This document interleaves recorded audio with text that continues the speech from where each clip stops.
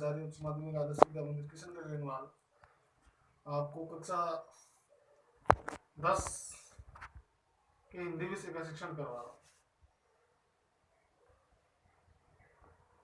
पिछले वीडियो में हमने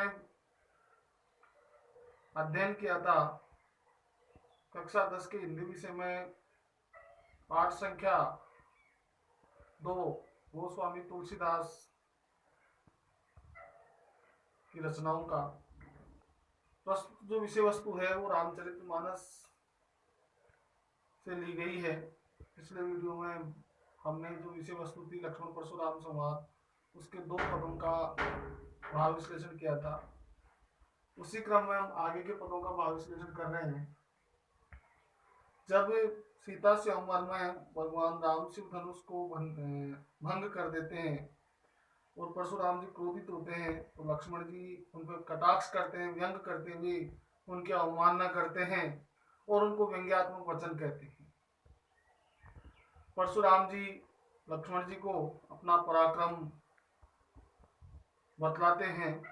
इसी क्रम में लक्ष्मण जी आगे कह रहे हैं, बियसी लखन बोले मृदुमानी, अहो मुनीस महाभटमानी, पुनि पुनि मुई देखाऊ कुठाऊ, कुठारू चैत उड़ावन फूं की पाऊ, यहाँ कुमड़ बतिया को नाई, जे तर्जनी देख डर जाई, देख कुठार सरासन बाना, मैं कछु कहा सहित अभिमाना, रघुसुत समुद्र जनेऊ बिलो की, जो कुछ कहूं सहु ऋष रोकी, सुर महिसुर हरिजन अरुगाई, हमरे कुल इन पर असुराई न सुराई, बंधे पाप अपकीरति हारे, मारत हूं पापरिय तुम्हारे, कोटि कुलिस संवचन तुम्हारा, व्यर्थ धरम धनु बाण कुठारा, जो बिलो की अनुचित कहूं क्षमऊ महामुनि धीर, सुनि सरोस भगवंश मणि, बोले गिरा गंभीर। अब हम पंक्ति अनुसार भाव विश्लेषण करते हैं। बीएससी लखन बोले मृदुवाणी, परशुराम जी की बातें सुन करके लक्ष्मण जी हंसते हुए मृदुवाणी मधुर वाणी में बोले, अहो मुनीस महाभटिमानी, हे ऋषिवर, हे मुनिवर, हे महात्मा, आप तो बड़े वीर योद्धा हैं। पुनि पुनि मोई देखाओ कुठारू, बार बार मुझे ये खुलाड़ी परसा दिखा रहे हैं। पुनि पुनि मोई देखाओ कुठारू, बार बार मुझे कुलाड़ी दिखा रहे हैं। चैत उड़ावन फूंक की पहाड़ू, ऐसा लग रहा है कि आप फूंक दे करके पहाड़ को उड़ाना चाह रहे हैं। यहाँ कुमड़ बतिया को नाई, हे मुनिवर, यहाँ कुम्हार के चाक पर मिट्टी की कोई बत्ती नहीं है, जे जो अंगूठे के पास वाली तर्जनी अंगुली को देख करके डर जाए या सहम जाए। देख कुटारू सरासन बाना, मैं कछु कहा सहित अभिमाना। देख कुटार सरासन बाना, आपका ये परशु धारण करके जो वीर वेश जो आपने धारण कर रखा है, मैं कछु कहा सहित अभिमाना, मैं भी आपको जो कह रहा हूं उसको आप ध्यान से सुनिए। भृगुसुत समुद्र जनेऊ बिलो की, भृगुसुत परशुराम जी समझ करके जान करके देखिए, जो कुछ कहूं सहु ऋष रोकी, जो मैं कुछ कह रहा हूं उसको अपना क्रोध रोक करके सुनिए। क्या कह रहे हैं लक्ष्मण जी, क्या सुनाना चाह रहे हैं? सुर महिसुर हरिजन अरुगाई, हे मान्यवर, हे रेणुकानंदन परशुराम जी, सुर महिसुर हरिजन अरुगाई, देवता ब्राह्मण ऋषि मुनि और गाय, हमरे कुल इन पर न सुराई, हमारे वंश में देवता ब्राह्मण ऋषि मुनि और गाय इन पे अस्त्र शस्त्र नहीं उठाते, इनका वध नहीं करते। क्यों नहीं करते? वधे पाप अपकीर्ति हारे, इनका वध करने से पाप का भागीदार होना पड़ता है और अपकीर्ति होती है, अपयश होता है। मारता हूं पापरिय तुम्हारे, नहीं तो मैं आपके इतने कठोर वचनों को सहन ही नहीं करता और आपका वध हो जाता है, मेरे हाथों आपका मार दिया जाता। कोटि कुलिस संवचन तुम्हारा, व्यर्थ धर्म धनुवान कुटारा। लक्ष्मण जी के इतना कहते ही परशुराम जी क्रोधित हो गए और बड़े क्रोध से गरजते हुए उन्होंने कहा, कोटि कुलिस संवचन तुम्हारा, हे बालक, ये तुम्हारा जो वचन है, तुम्हारी बातें हैं, वो करोड़ों कठोरताओं के समान है और इतनी कठोर बातें सुनकर के मेरा व्यर्थ धर्म धनु बाण कुटारा, मेरा धनुष बाण और ये कुलाड़ी यानी परसा धारण करना व्यर्थ ही है। मैंने धनुष बाण और ये परसा धारण कर रखा है, तुम्हारे कठोर वचनों को सुन रहा हूं।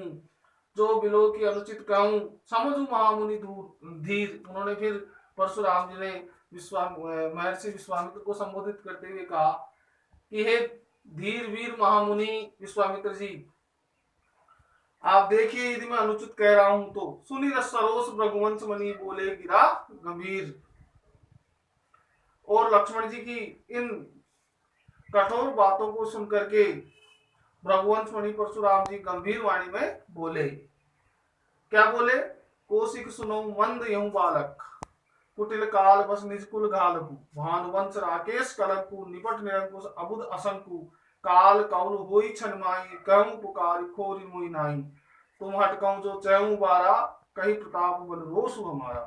लखन कहूं मुनि सुजस तुम्हारा, तुम्हें अछत को बरने पारा। अपने मुंह तुम आपनी करनी, बार अनेक भांति बहु बरनी। नहीं संतोष ते पुनि कछु कहूं, जान रीस रोकी दुसै दुख सहूं। वीर व्रती तुम धीर अछोबा, गारी देत न पाऊं शोभा। सूर समर करनी करई, कहीं न जनावई आप। विद्यमान रण पाई रिपु, कायर कथई प्रताप। महर्षि परशुराम जी ने विश्वामित्र जी को संबोधित करते हुए कहा, कौशिक सुनो मंद यह बालक है। विश्वामित्र सुनो, ये बालक मंद है, मंद बुद्धि है। कुटिल काल बस निजकुल घालक, ये कुटिल काल के वश में होके, मृत्यु के वशीभूत होके अपने वंश का नाश करवाने के लिए उद्यत हो रहा है, तैयार हो रहा है।